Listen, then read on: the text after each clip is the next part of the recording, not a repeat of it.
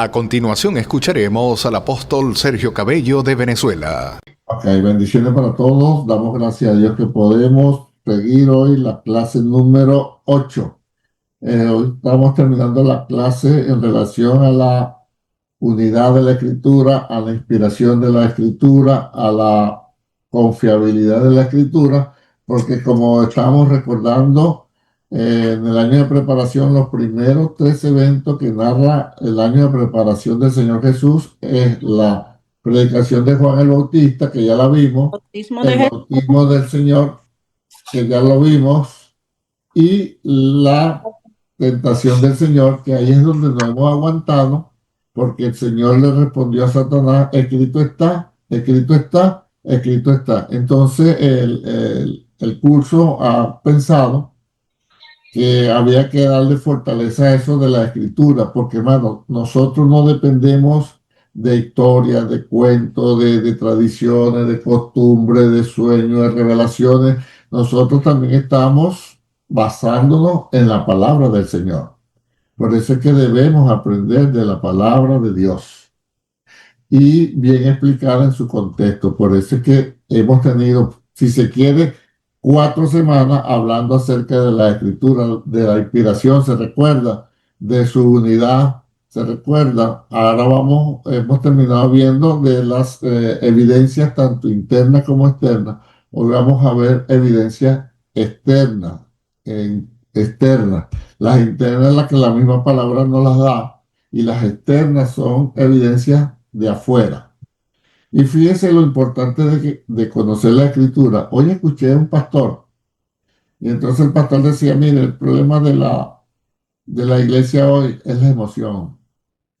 Si usted sale de una iglesia, me puso a pensar, oiga, si usted sale de una iglesia sintiéndose todopoderoso, fuerte, que dónde están los demonios, que dónde está el problema, que yo voy para adelante, que no me importa la situación, a usted lo engañaron en ese servicio. Y yo digo: esto está bueno, debemos poner atención, porque la palabra da convicción y da fuerza. No sale uno buscando demonios dónde está. Y entonces puse un ejemplo: usted no ha ido a esa charla y me da risa porque él decía del Balai, del Firlai, de todo lo que termina en Lai. Usted sale poderoso: no voy a trabajar más, voy a tener tiempo para la familia, voy a viajar, voy a tener cuenta, voy a salir de las deudas. ¿Sabe? Engañado, porque a mí me engañaron, yo estuve ahí también metido ahí, y cada charla poderoso, fuerte, robusto y después cuando pasaba la emoción, las deudas, el problema, la depresión, y cierto. Entonces la palabra bien explicada lo que da es convicción, lo que da interesa en medio del problema, en medio de la situación. Por eso es que yo siempre insisto, la Biblia bien explicada, y después que usted entienda bien la escritura, hermano, entonces vamos a emocionarnos. Vamos a abrir entonces la lección 8b, la inspiración de la Biblia.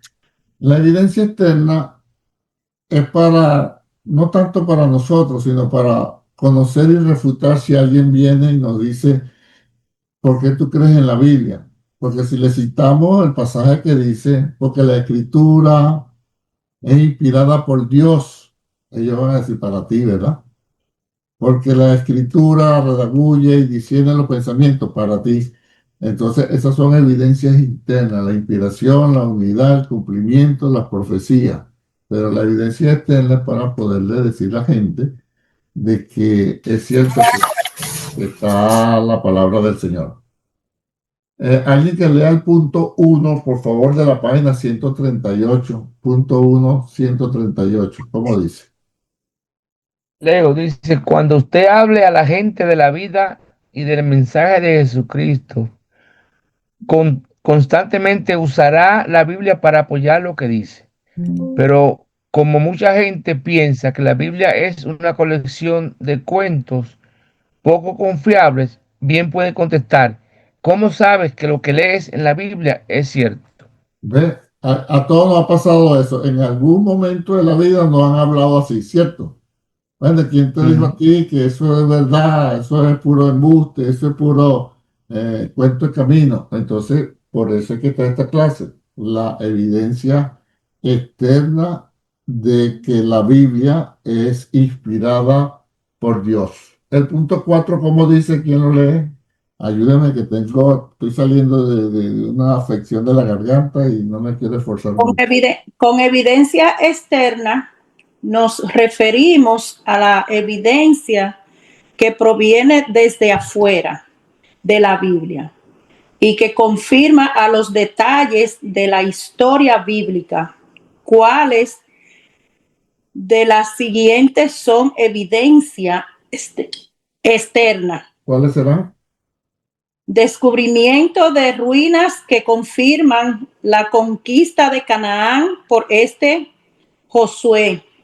La unidad de los 4 evangelios. Okay. El cumplimiento de la profecía del Antiguo Testamento. Pero ¿cuál sería la respuesta? Y la respuesta verdadera es el documento de un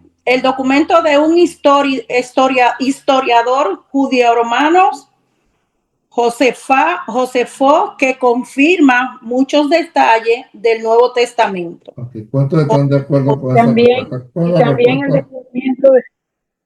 La primera, y la la A, D.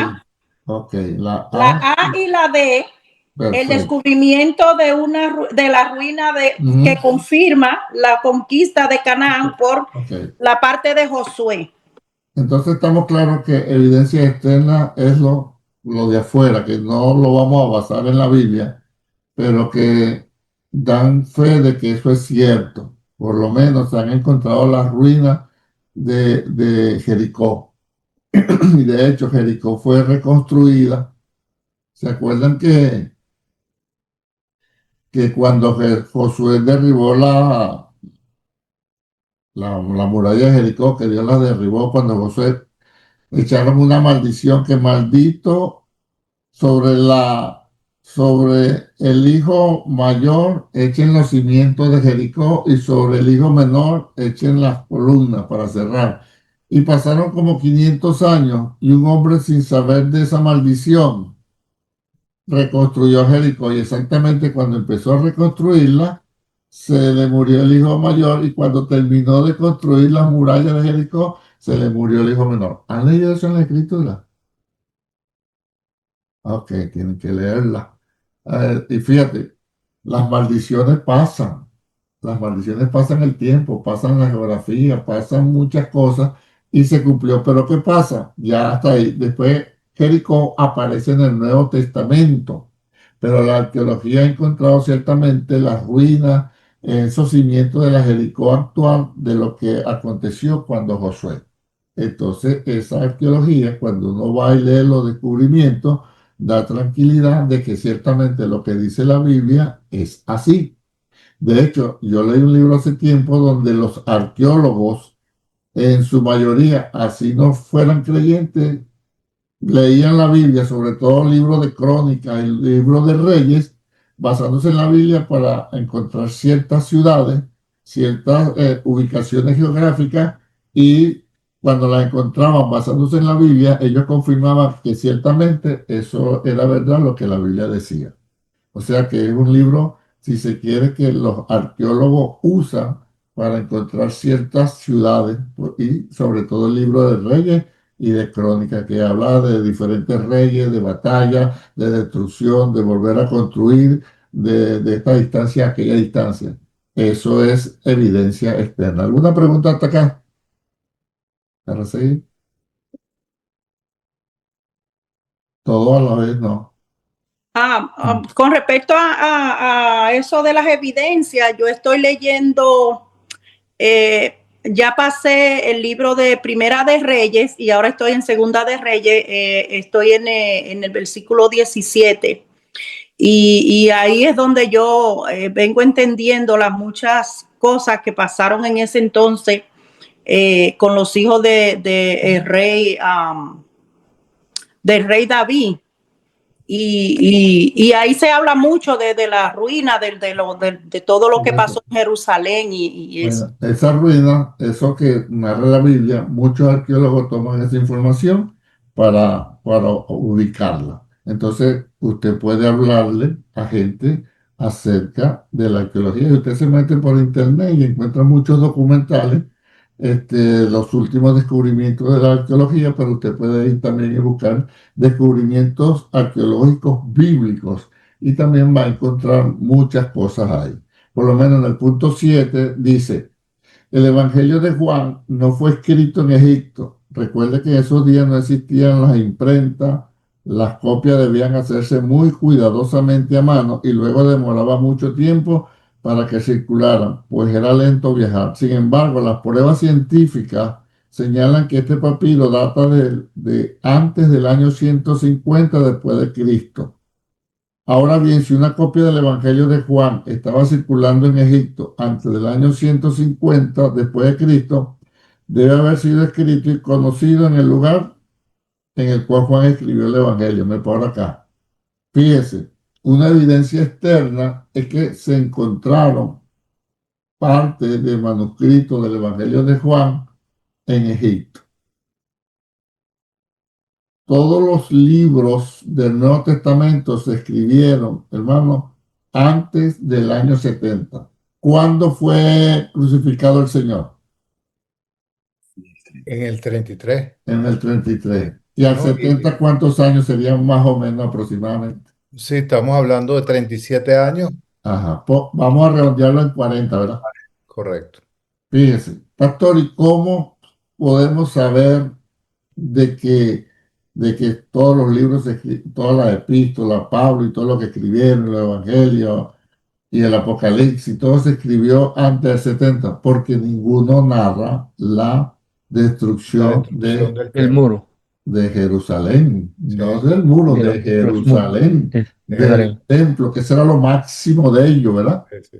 Y entonces, fíjese que el libro de los Hebreos, que los sacrificios del templo no son comparables con el sacrificio que hizo Jesús en la cruz del Calvario.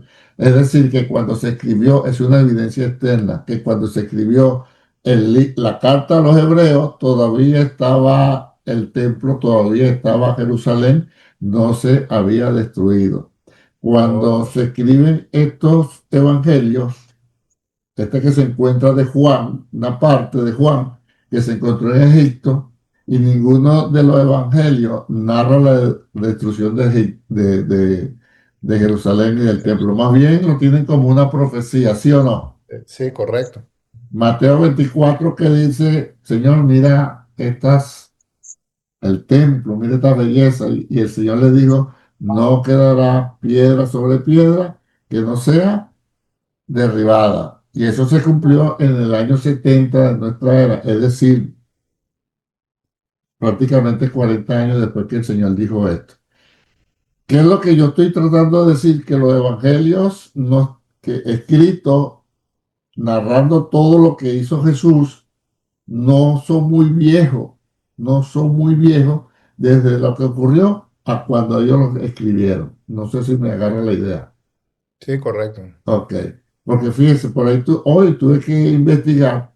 Hay un libro que se llama La Ilíada, Ah, que habla de una guerra de un tal Homero que narró la guerra entre los griegos y los troyanos y tal y qué sé yo. Y resulta que cuando se escribió más de 200, creo que lo noté por ahí, más de 200, 300 años, ellos transmitían eso oral, oral, oral. O sea que cuando se hizo la primera copia de la Ilíada, ya habían pasado 200, 300 años. imagínate. Y la gente recibe eso como algo tremendo, la Ilíada. Sí, sí. Cuanto más los evangelios, que cuando muchos tuvieron entre 30 y 40 años para escribirse. O sea que estaba reciente el asunto. Y Estaba. nosotros lo que tenemos es que como no nos dan los datos es de los manuscritos. Entonces, de ahí viene la confusión. De ahí me venía a mí la confusión, que creo que lo hablamos hace como 4 o 5 clases, donde yo sé que lo de Juan es lo más reciente, pero Juan siempre te dicen, no son unos 100 años. No, 100 años tiene el manuscrito, Mm, pero el Evangelio real tendrá los 37, estará dentro exacto. de esos 40 años. ¿Estás entendiendo lo que está diciendo Alejandro? O sea, de repente encontramos unos manuscritos que tienen 2000 años. Ok, pero eso es copia. exacto. El original se escribió cuando muy lejos, unos 35 a 40 años. El original, de ahí fue copia y copia y copia y copia y copia, que es lo que vamos a ver ahorita, que una evidencia externa es que los evangelios tienen aproximadamente, todo lo del Nuevo Testamento, unos 5.800 copias. Imagínate, es el documento más viejo con más copias. Y eso es señal de que históricamente fue algo cierto que ocurrió. La clase lo que nos está llevando es a demostrar de que esto es cierto, que la historia, que la arqueología lo confirma y que nosotros tenemos que tener seguridad en lo que está escrito. Ya sabemos que la inspiración y la unidad ya la estudiamos y eso calza. Ahora también hay evidencias externas de que eso es cierto y que podemos demostrarle a gente no creyente de que esto es cierto. Las dos primeras clases, la unidad y la inspiración, es para nosotros como creyentes afirmar nuestra fe. Y la que estamos viendo hoy es para que tengamos conocimiento de que podamos decirle a otra persona si la arqueología afirma que estas cosas ocurrieron. Eso es lo que yo quiero que tengamos pendiente. Preguntas hasta acá. Lo veo medio espiritifláutico hoy, medio catandaurílico. ¿Entiendes? Vamos bien. ¿Cómo vamos, Héctor? ¿Cómo vamos? Vamos bien, ok. ¿Quién me lee el punto 10? Yo. Ujú. Dice, cuando después de una revuelta judía los romanos recapturaron y destruyeron Jerusalén en el año 70 después de Cristo, ellos derribaron completamente el templo. Si la profecía de Jesús se hubiera cumplido antes de haberse escrito los libros del Nuevo Testamento, es muy probable que los escritores lo habrían mencionado en sus escritos. Exacto. Porque, hermano, si hay algo que era lo máximo para los judíos, era el templo y era la Jerusalén. De hecho, cuando Roma atacó a Jerusalén, hubo más de 1 millón de muertos. ¿Sabes lo que es eso? Más de 1 millón de muertos. Y muchos se refugiaron en el templo. Y por eso es que el general romano Tito, cuando vio que los judíos se refugiaron en el templo, le pegó fuego para matarlo todo adentro. Entonces el fuego fue tan fuerte, fue tan intenso, que las paredes que estaban recubiertas de oro, el oro se derritió y al derretirse se hizo líquido y se incrustó en las ranuras de las piedras.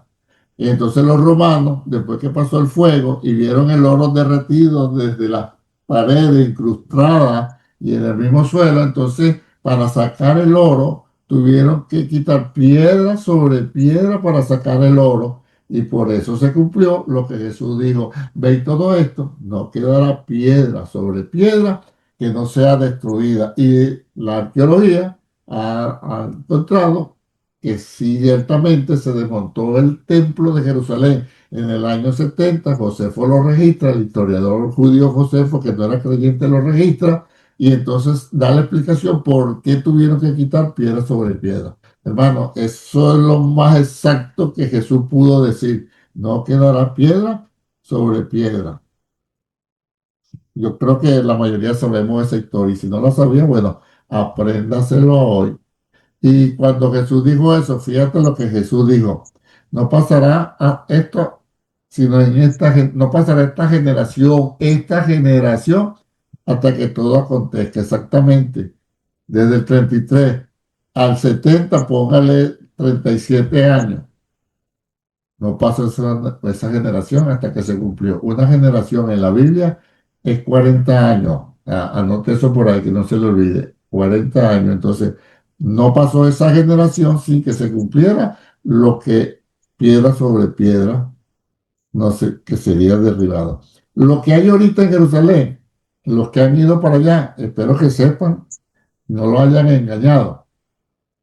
El famoso muro de los lamentos que hay ahorita no era parte del templo, era como decir el basamento, abajo, imagínate, ese muro tan grande. Por eso es que dice la Biblia que Herodes se llevó 46 años remodelarlo y hacerlo. Eso eran los cimientos. Eso no eran parte del templo. Porque si no, también lo hubiesen derribado buscando el oro, ¿no? Y entonces la gente lo toma el muro de los lamentos. Bueno, es lo que quedó, como decimos nosotros en Venezuela, a llorar al valle. Bueno, aquí no es llorar al valle. Aquí es llorar al muro de los lamentos, pero ese muro no era parte del templo. La arqueología lo ha demostrado, la historia lo ha demostrado y mucha gente va allá. El muro de los lamentos, el muro del templo, lo que quedó del templo, quedó. ¿Sabe por qué quedó ese muro? Porque no era parte del templo. Si ha sido parte del templo, le pegan candela también y le quitan piedra sobre piedra. ¿Vamos bien? Pregunta. Pastor, si ahora que usted estaba hablando de eso, quería solo rectificar o sea, si yo había agarrado bien eso de eso que pasó del templo no es lo que estaba escrito por Daniel de la profecía de la abominación y lo que estaba diciendo Jesús a sus discípulos de que cuando llegara que salieran, que dejaran todo y salieran corriendo. Era cuando llegaron los romanos y acabaron con el templo. Eso es parte, pero Es no me quiero parte. meter ahí. Eso comienza con Daniel. Son dos tipos de abominación desoladora. Una se cumplió con Daniel y la otra es con Jesucristo. Pero como ahorita la clase se da es a ver las evidencias arqueológicas externas, entonces estoy nombrando lo del muro, porque si nos metemos a la profecía del Señor, hay que hablar de la abominación desoladora, hay que hablar de Mateo 24 completo y Mateo 25, pero eso lo vamos a ver, hermano, en el libro 5 si estamos vivos y estamos en el curso. Los que están ahorita en el libro 6 se lo gozaron completico. Mateo 24 y Mateo 25, y ahí se le va a volar la cabeza a más de uno, porque mucha gente cita eso para el rapto de la iglesia. Y lo menos que está hablando Jesús ahí es de rapto. Jesús está hablando ahí de venida, pero eso lo hablamos después. Vamos a concentrarnos hoy en la arqueología. Entonces, vamos bien en estas evidencias externas. A ver, Robert, si te preguntara a alguien, tú dices que la Biblia es inspirada por Dios, tú dices que la Biblia tiene una unidad perfecta, pero demuéstrame algo, alguna evidencia fuera de la Biblia, para yo creerte. Te dijera una persona, un familiar, amigo tuyo.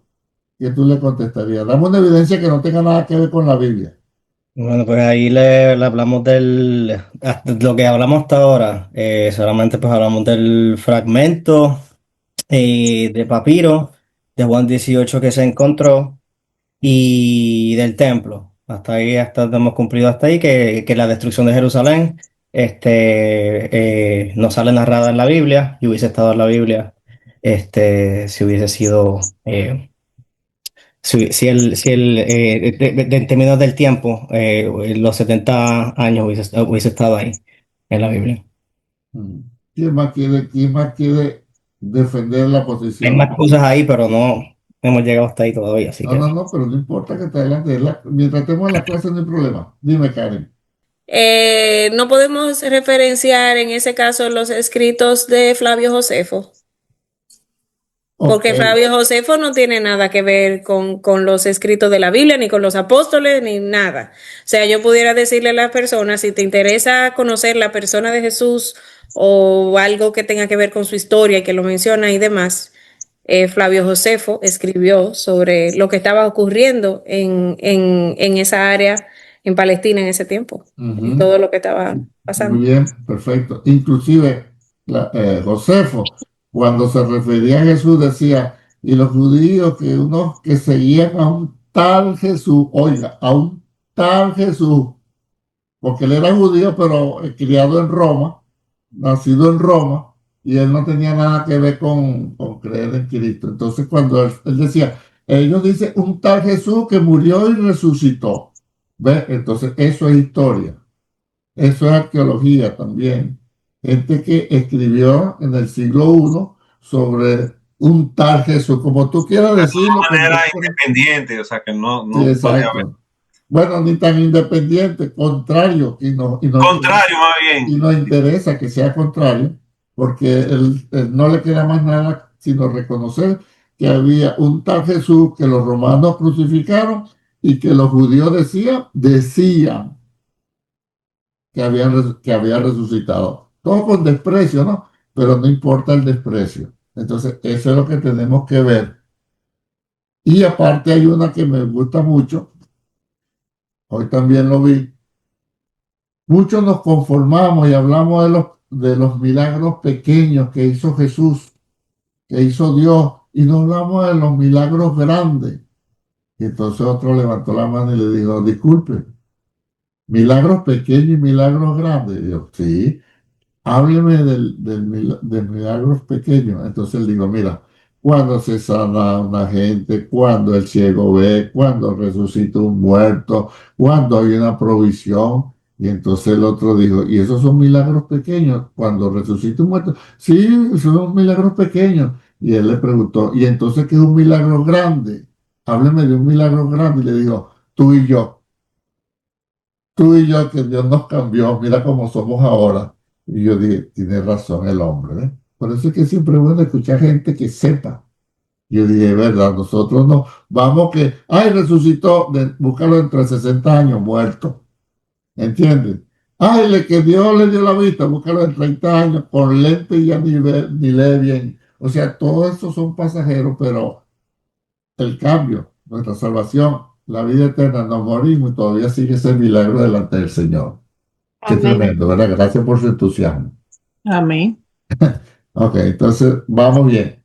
Cuando tengan tiempo, lean la carta de los Hebreos para que usted vea que el escritor de los Hebreos dice, mira, Jesús es superior a Moisés, Jesús es superior a los sumos sacerdotes, Jesús es superior al templo y Jesús es superior a los sacrificios. Y dice, si la sangre de los toros y los chivos y los machos cabríos pueden quitar el pecado, cuánto más la sangre de Cristo. Es decir, que cuando se escribió la carta a los Hebreos, todavía estaba el templo. ¿Ves?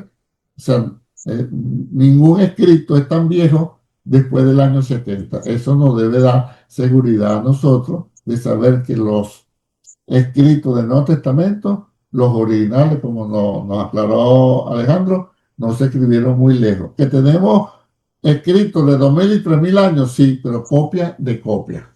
Otra evidencia, cuando habían testigos que vieron la resurrección del Señor, una de las apariciones, ¿cuánta gente había?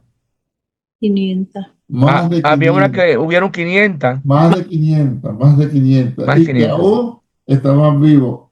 ¿Qué quiere decir eso? Que cuando se estaba escribiendo el Nuevo Testamento, todavía había gente viva que había visto a Sí. Jesús y que si se decía alguna mentira, ellos podían decir, eso es mentira, eso no es cierto. O sea, eso nos da seguridad de que todo lo que se escribió del Nuevo Testamento no fue muy lejos del tiempo que ha acontecido a cuando se escribió. Los veo calladitos. Yaneli. Una pregunta. Ajá. Cuando Jesús ascendió al cielo de nuevo, ¿quiénes vieron eso? ¿Solamente los discípulos? No, ahí había bastante gente. Ahí había bastante gente. Porque Cuando los fue... cuando los ángeles dijeron, este mismo que ustedes ven subir en la nube, ¿verdad? Se lo decía a todo el que estaba ahí. Ajá, exacto, exacto. Por eso es que sabemos que estaba escrito reciente, que no era cosa muy lejana. Otro punto que yo quiero recalcar. ¿Quién lee en Lucas 3:1? En el año 15 del imperio de Tiberio César, siendo gobernador de Judea, Poncio Pilato y Herodes, tetrarca de Galilea, y su hermano Felipe, tetrarca de Iturea y de la provincia de Traconite, y Lisanías, tetrarca de Abilania. De Abilania. De Ok, Abilania. fíjate lo que está hablando Pablo, Lucas. Está nombrando gente que eran gobernadores, que eran autoridades. Se han encontrado en Jerusalén esas tablillas de Poncio Pilato se han encontrado, o sea que era cierto, toda esa gente eran gobernadores, eran tetrarcas, eran pequeños reyes, y Lucas ¿cómo decir? No se equivocó. Hay otra parte que dice ese mismo versículo, ¿cómo? Vuelvo a leer el versículo en la parte que dice, y siendo sumos sacerdotes. Y siendo sumos sacerdotes, Anás y Caifás, vino palabra de Dios a Juan, hijo de Zacarías, en el desierto. Fíjate, otra evidencia. Según la ley de Moisés, ¿cuántos sacerdotes debía haber en función? Era uno, ¿no? Uno solo. ¿Por cuánto tiempo? El sumo sacerdote, el cargo era vitalicio. O sea, toda su vida. Y entonces, ¿por qué Lucas dice que siendo sumo sacerdote? ¿Qué ocurrió? Entonces, hay gente que dice, mira, aquí se equivocó, pero la evidencia externa se ha encontrado en la historia del Imperio de Roma, que era que cuando ellos llegaron a Jerusalén, allá, ellos ponían el sacerdote a su conveniencia. Entonces, ponían el que a ellos les parecía, pero el pueblo reconocía al anterior. No sé si me estoy explicando. El sumo sacerdote era Anás. El sumo sacerdote era Anás, pero ante el pueblo judío era Caifás. De hecho, usted ve que cuando toman preso a Jesús, primero se lo llevan a Caifás y después a Anás, o a Anás y después a Caifás, porque no me quiero equivocar dogmáticamente quién era, me lo confundo. Entonces, cuando usted lee eso, ve que, pero ¿por qué se lo llevaron a los dos sumos sacerdotes? Porque Roma había puesto al que él quería, ya no era por institución de Dios, ya no era teocráticamente, sino que era el imperio romano que ponía el sumo sacerdote de acuerdo a sus intereses. Y por eso entonces... Saduceo, ¿no? ¿Perdón? Era siempre saduceo. Siempre saduceo porque era hasta ahí, desde aquel entonces los saduceos eran gente de dinero. Entonces imagínate, estar con el imperio. Los fariseos eran gente más bien del pueblo, del burgo. El volumen de gente lo tenían los fariseos, pero el dinero lo tenían los saduceos y se aliaban con el imperio romano. Entonces esa es otra evidencia externa. Entonces, el yerno de Caifás, Anás, Vamos a ubicarlo porque quiero... Yo lo tengo, pastor. Dígame. Anás, sí, Anás fue el sumo sacerdote oficial hasta que fue dispuesto, pero conservó una gran influencia, siendo además suegro de Caifás. Caifás fue el sumo sacerdote en funciones y dirigió el consejo que condenó a Jesús. Entonces Anás era el suegro y Caifás era el yerno. Entonces no debían haber dos sumos sacerdotes, sino uno solo.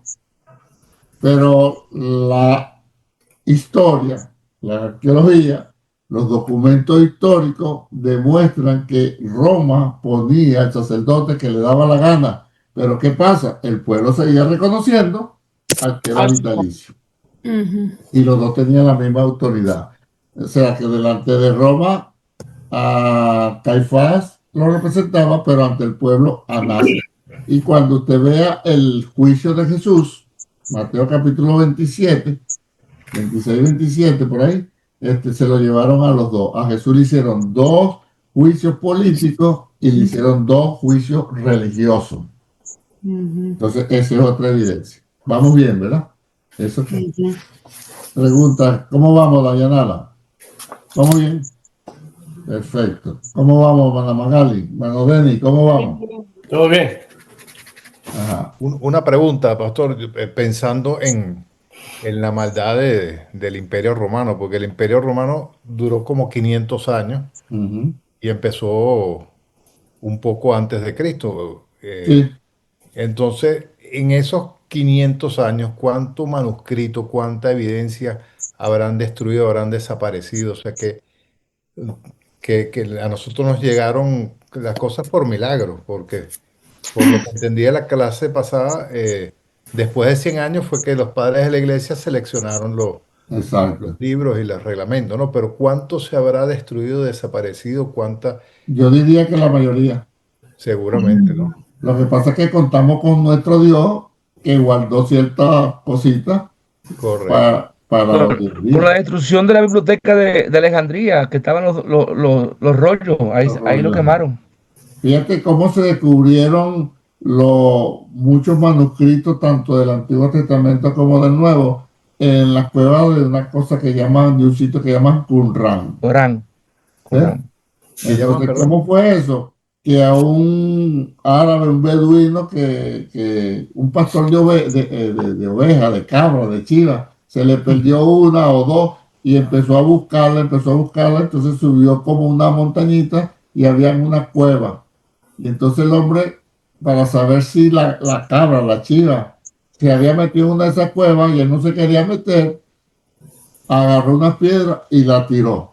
Y cuando tiró la piedra para que si estaba el animal, la chiva, la cabra saliera, él lo que escuchó fue que se quebró algo. Uy, que rompí. Volvió a tirar otra y sonó igualito. Entonces dijo, ahí hay algo. Se olvidó de la cabra y bajó y sacó todo ese poco de documentos, pero él no sabía lo que había encontrado. Y uno, si mal no recuerdo, lo quemó porque había frío, algo así en la historia, y entonces los que lo quedaron, se lo llevó una persona por allá, mira, te vendo estos viejos. Cuando el otro vivo lo vio, se lo arrancó de la mano, se lo compró todito, pero a precio, como decimos nosotros, de gallina flaca. O sea que el hombre no sabía, ahora vio, había guardado. Entonces, cuando se descubre que este hombre consiguió eso por allá, mandaron una comisión y encontraron 12 cuevas. Había más cuevas, pero 12 cuevas tenían esas jarras conteniendo los pergaminos tanto del Antiguo Testamento como del Nuevo. ¿Ve? Así que fue que Dios los guardó. ¿Ve? El rollo del Mar Muerto, ¿no? O sea, Dios sabe guardar sus cosas y todavía no se han terminado de descubrir ciertas cosas que esperemos estemos vivos cuando se descubran. Okay. Pero otra cosa, pastor, uno cuando va a Roma, uno ve estos edificios que existieron en esos días, va a Grecia, a Atenas y mira todos esos templos. También uno va a Jerusalén y mira todo eso que está escrito en la Biblia. Por ejemplo, entiende donde vivió María, creo que es donde fue enterrado Pedro, todo eso se ve ahí también. Por eso, o sea, evidencia externa es lo que hay. Estamos buscando la que la arqueología ha confirmado como tal. Pero como le estoy diciendo, esto es para explicarle a terceros, pero que nuestra fe se afiance. Oye, esto es cierto, esto es verdadero, aquí no me mueve nadie. Cuando uno no está claro en la escritura y con estas evidencias externas que las descubren gente no creyente, debemos estar más bien confiados de que lo que dice la Biblia es así y punto. ¿Ves? Por lo menos la Biblia dice que Dios creó los cielos y la tierra. Se ha descubierto, hermano, que si el sol estuviera unos pequeños grados más inclinado, nos matara del calor. Y si tuviera un poquitico más lejano, nos muriéramos congelados. ¿Qué le parece? O sea, está exactamente en el sitio correcto. O sea, ni más ni menos. Todo eso se ha descubierto ahora.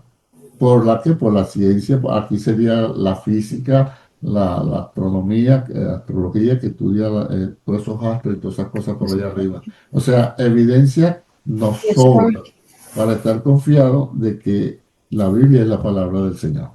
Pero es la Biblia, no las emociones. Y el pastor sigue con lo de las emociones. Hermano, pero es que eso es una fiebre que hay en medio mundo ahorita de emociones. ¿Ves? Que Dios nos guarde a nosotros. Iba a añadir que también los escritos de Tácito y Plinio el Joven creo que fue que le escribió y mencionaba, o sea, le escribió al emperador de cómo manejar a los cristianos, o sea, mencionan algo así en una carta que le escribió al emperador. Exacto. Plinio el Joven, que era gobernador de una provincia. Y en contra de nosotros, en contra, no a favor. En contra, exacto. ¿Cómo manejo a esta gente? Son unos que se llaman cristianos, cantan himnos, hacen cosas. Y él sabe cómo administrativa, cómo manejarlo, era que él le estaba pidiendo como... Siempre nos han puesto de los malos, pero hasta el momento Dios ha guardado su pueblo y nos ha sacado adelante. Preguntas hasta acá. Porque no quiero redundar, quiero que usted quede claro en que hay muchas evidencias externas, la naturaleza misma. Y ahora que habla de eso, encontraron la parte donde la Biblia habla de que donde juzgaron a Cristo en los sábados. Vamos a buscarlo. Juan 19:13.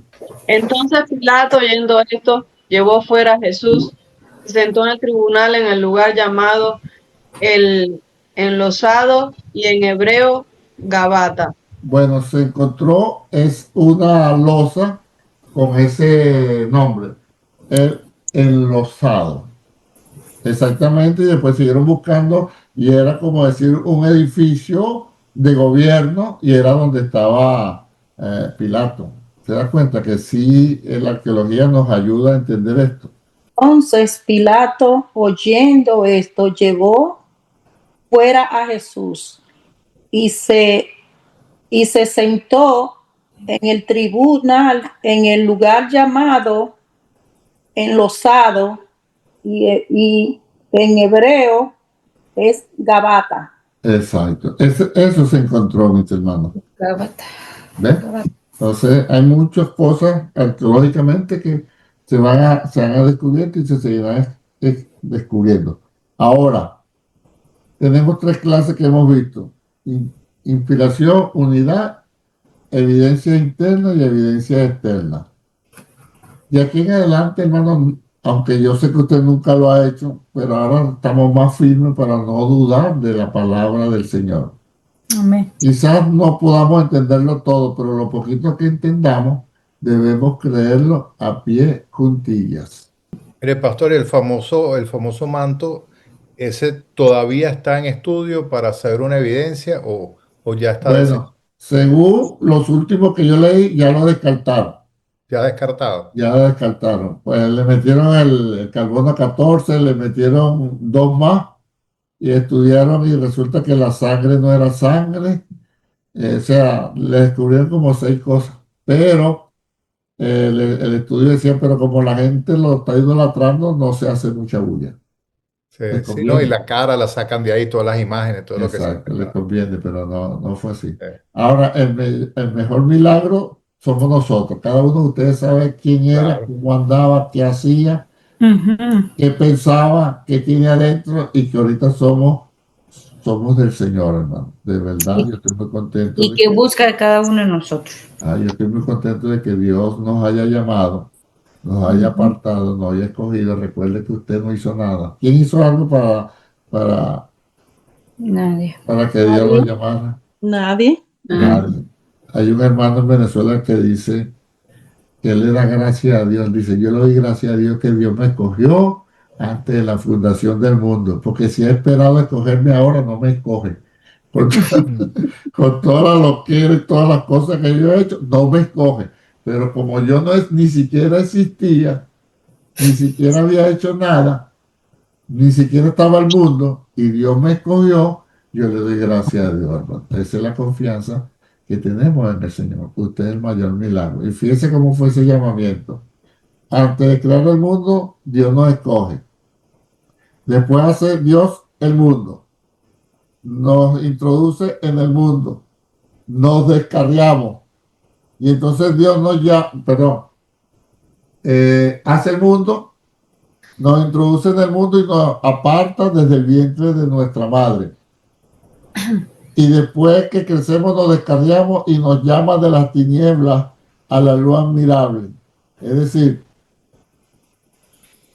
nos escogió antes de fundar el mundo, nos apartó del vientre de nuestra madre y nos llamó de las tinieblas a la luz admirable porque estábamos descarriados, hermano.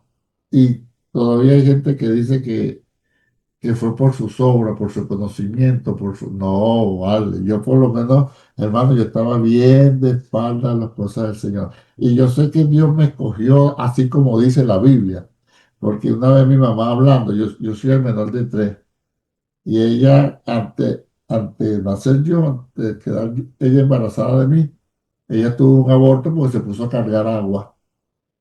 Se puso a cargar agua y no sabía que estaba embarazada y abortó. Cuando la llevaron al médico, le hicieron todo lo que le hicieron ahí y le dijeron, usted tiene que esperar por lo menos 3 años para salir embarazada. Y entonces mi papá y ella se estaban cuidando y resulta que cuidándose salió el negrito aquí que estaba acá. No, yo estaba metido en los planes del Señor y todos se sorprendieron. ¿Y qué pasó? Le digo, bueno, porque el jefe, la gerencia técnica, me mandó. ¿Ve? Y así cada uno de ustedes. ¿Sabe lo que es que cada eyaculación de un hombre en condiciones normales, sano, saludable, fuerte, robusto, normal, hay 300 millones de espermatozoides para que sea uno el que Bien. fecunde un óvulo? Quiere decir que usted es campeón, usted dejó atrás a 299 millones, 999 espermatozoides, sin manos, sin pies, sin nada, solamente con una colita. Imagínate lo peligroso que somos nosotros. Somos unos campeones que si no, y ahora que tenemos manos, pies, cabeza, pensamos, ¿cómo nos vamos a tirar para atrás? ¿Cómo vamos a decir que somos nada? No, yo a veces me recuerdo de dónde vengo, en serio, de atrás, más de 200 y pico millones, y en condiciones normales, a veces hay más espermatozoides, pero vamos a ponerlo así, ¿entiendes? Mínimo 300, entonces usted le ganó a 300, hermana, Dios quiso que usted fuera mujer. Los varones, Dios quiso que nosotros fuéramos hombres. Eso ya viene programado ahí arriba. Una evidencia externa. Mire lo último que se descubrió en la genética. Yo no sé cómo hacen eso esos científicos. Ellos descubrieron que cuando se une el espermatozoide con el óvulo, en ese mismo momento, en ese micromomento, que hay esa unión, sale un puntico de luz. Eso es. Yo lo vi. Algo, sí, Dios mío, entonces ellos todavía no saben qué es. Yo en mi ignorancia, no digan que yo lo enseño, para mí que en esa función, que son dos cosas físicas, porque el espermatozoide es físico, el óvulo es físico, esa unión que ya Dios creó desde cuando, qué sé yo, sale el alma y se incrusta ahí. No sé, yo no sabría explicarle, pero hay un puntico de luz. Ellos todavía están buscando qué es. Todo eso viene de parte de Dios, hermano. El diablo es el que ha querido perturbar todo, que ahora no eres hombre, que estás metido en un cuerpo de mujer, que eso viene, no, hombre, mujer, y se acabó. Hay 2 exámenes nada más, próstata ¿cuál es el otro? El de las mujeres no sé ni cómo se llama, pero el de nosotros. Útero. Papá Nicolau. Una cosa de esa. Yo no sé nada de eso ni quiero saber. El de nosotros es próstata. ¿Entiendes? Entonces no hay más nada. Así que gócese que usted es un milagro. Amén. Usted está acá porque usted en esta tierra, porque Dios quiso que usted fuera, y todo lo que usted tiene, dones, talentos, gracias, habilidades, fortaleza y debilidades, así Dios lo quiso tener, hermano. Así como usted, Dios lo quiso tener. No se hable mal de usted, no se critique, no se juzgue, no busque buscar a otro. Métase, sí, la tonería y pintura, ¿cómo no? ¿Entiende? Pero sea usted, como dice un pastor en Guatemala. Hay iglesias que dicen que es pecado que la mujer se pinte y se arregle, pero hay otras mujeres que es pecado si no lo hacen. ¿Entiendes? Entonces, eso es lo que quiere decir. No, mija, arréglate. Si tú no te arreglas, tú estás en pecado. Pero, hermana, como usted es, así es, varón, como usted es, así es. Dele gracias a Dios y vamos para adelante en el nombre de Jesús. Amén. Amén. Usted es la mayor evidencia externa de que hay un Dios grande y poderoso. Mi vida fue, así fue ese es el testimonio mío, pastor, que después de 5 hijos, mi mami y mi papi no iban a tener más hijos. Y Pero usted estaba metida ahí en el... Y a mi hermano, que es 1 año mayor mío, se enfermó el día donde a mi mami le iban a hacer la cirugía para no tener más bebé. ¿Ve? Y mi hermano recién nacido se enfermó.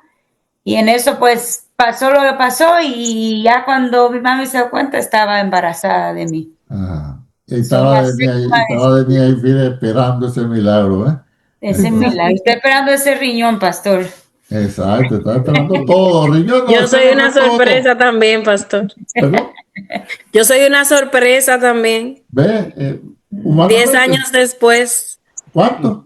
10 años de diferencia me lleva mi hermano. Ahí está, pero tú estabas metida en Y mi hermana mayor me lleva 12. Y en el tiempo, hermano, en el tiempo, usted no es ningún accidente. Entonces, eso es encima. Y si usted salió embarazada, eso no fue ningún accidente tampoco, eso viene desde arriba. ¿Entiende? Eso está ahí cuadrado. Y Dios lo guardó a usted de tantas cosas que usted ni yo sabemos.